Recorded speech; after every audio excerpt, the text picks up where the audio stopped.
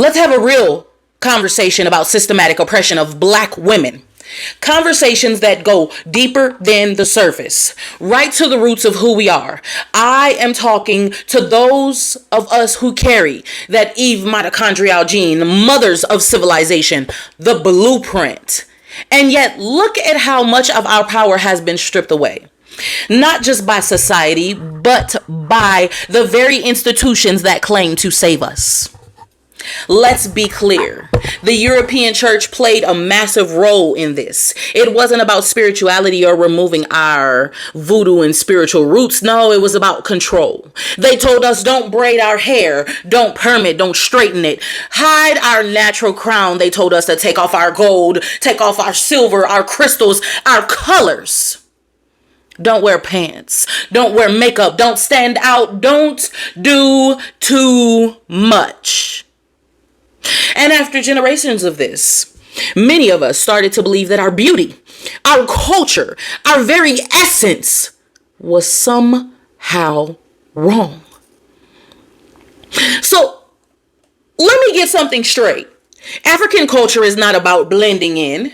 It's about standing out. It's about vibrant colors. It's about bold jewelry, intricate hairstyles, and adornments that connect us to the earth, the ancestors, and the divine. It's about raw energy. It is about energy, real, raw, spiritual energy. That's what they tried to take from us. But why? Because it's powerful, because it's different, because it shines too bright. Too bright for a world that is terrified of the black woman's power. The church, backed by colonialism, told us that our unnatural hair was unprofessional. Our adornments were inappropriate. And our culture was uncivilized. They told us to become normal. But their version of normal was mediocrity. It was erasure. It was silence. Has anyone ever told them that their pale skin and straight hair was inappropriate for work? No. The rules were never meant for them. They were meant to keep us in our place.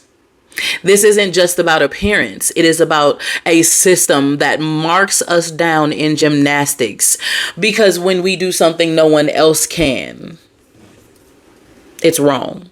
It's about calling our dances ghetto because they can't keep up or don't have the ass to move the way we do.